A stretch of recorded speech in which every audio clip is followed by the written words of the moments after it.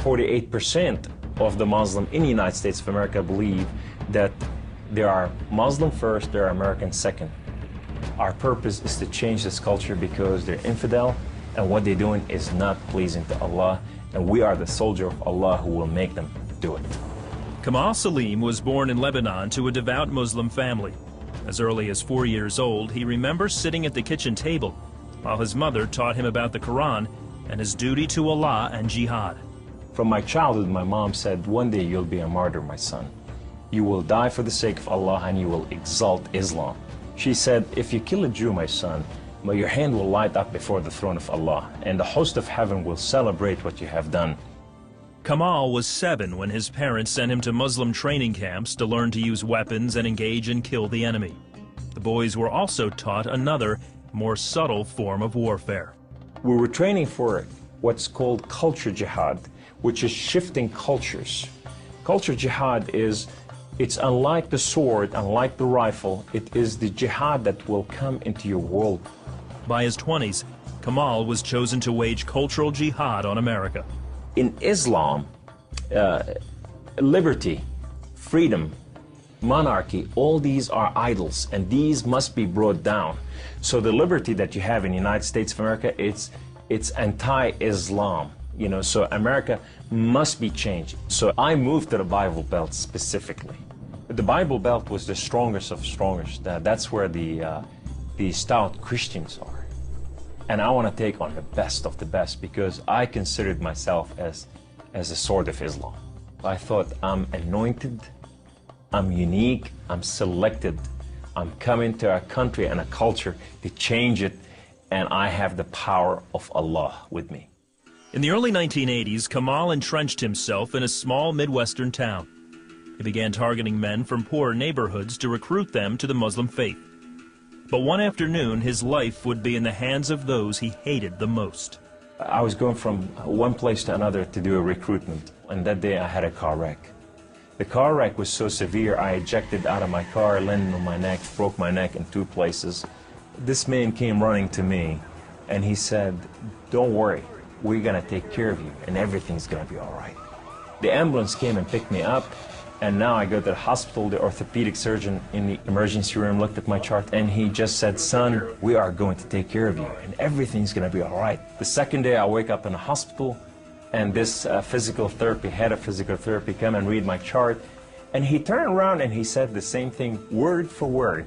We are going to take care of you. At first, Kamal was frightened by their words, because these men were all Christians. You see, in terrorism, if they said we're going to take care of you, you'd better run. Surgeries to repair Kamal's broken neck were successful, but recovery would take weeks. After being discharged from the hospital, he would need someone to care for him while he recuperated. Kamal had no one, so the orthopedic surgeon opened up his own home to this stranger. In his home, they put me in their choicest room, and the most beautiful thing, I became like part of their family. They didn't see me any different, and now they have a basket that says for Kamal. They put in money to free my bills from the hospitals. Kamal was overwhelmed with the outpouring of Christian love. As he recovered, he began to help out around the house with cooking and cleaning. They have Jewish friends, they came from Israel, that they support, you know. And now I'm hugging Israelis and I'm cooking for Jews. I'm going, what has happened to me? When Kamal was able to take care of himself and return to his apartment, the doctor had another surprise for him. He said, this is the keys to the house, and here's an extra key, this is your new car. We just want to bless you. You can come anytime you want. So I go to my home, and I go to my cold place that I haven't been there in months, and the dust is this thick. And I just gotta settle this issue with my God to know that if it's real or not. So I walk inside, I shut the door, I go right in the eastern window, and I fall on my knees, and I put my hands to the heavens, and I cry up to my God. Allah, Allah, my Lord and my King, why have you done such a thing to me? I'm okay with the car wreck. I'm okay with all this, but why did you put me among Christians? I'm confused. These Christians and Jews, they're good people. There's nothing wrong with them. They don't want to kill us. They're not the same thing that I learned about them. Allah, these people have relationship with their God. These people, they cry out to the God and they answer them. I want to hear your voice. I want to hear you love me. If you're real, speak to me. I want to hear your voice. Guess what Allah said that day? Absolutely nothing.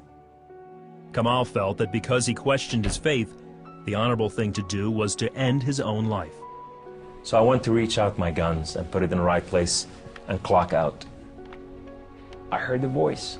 The voice knew me by name. He said, Kamal, Kamal, Kamal, why don't you call on God of Father Abraham and Isaac and Jacob? And now I fell on my knees and I put my hands to the heavens immediately as I heard the voice, and I cried out with every fiber within me, God of Father Abraham, if you are real, would you speak to me? God of Father Abraham, if you are real, I want to know you. Well, God of Father Abraham came to the room, and he filled the room with his glory, and his name was Yahweh. The Lord is one. In his hand, he has holes in his hand. He has holes in his feet. His name is Jesus. I said to him, who are you, my Lord? Who are you? He said, I am that I am. I said, I'm a simple man with a simple mind. What is that supposed to mean? He said, I am the Alpha, I am the Omega, I am the beginning, I am the end, I am everything that is in between. I have known you before I formed the foundation of the earth. I have loved you before I formed you in your mother womb. Rise up, come on. Kum, you are my warrior, you are not their warrior. And I said to him, I said, my Lord, I will live and die for you. He said, do not die for me. I died for you that you may live. That day, instead of taking his life, Kamal gave it to Jesus. He now has a new mission and travels the country challenging Muslims to question their allegiance to Allah. My heart desire is to reach out for my brothers and sisters, the Muslim out there, 1.5 billion Muslim, that they are living out there and they have not tasted the freedom, and that freedom in God. It's been over 20 years since Kamal left the Islamic faith, and even threats of violence and death cannot stop him from sharing his story. He is real. You know, and if you never experienced God before in your life, if you never tasted God, and if you think you got nothing to lose, when you're sitting in your home, whether you're a Muslim or a non-Muslim or a non-Christian or whatever you are, say, call on God of Father Abraham and Isaac and Jacob, and you say, if you are real, speak to me, I want to hear your voice.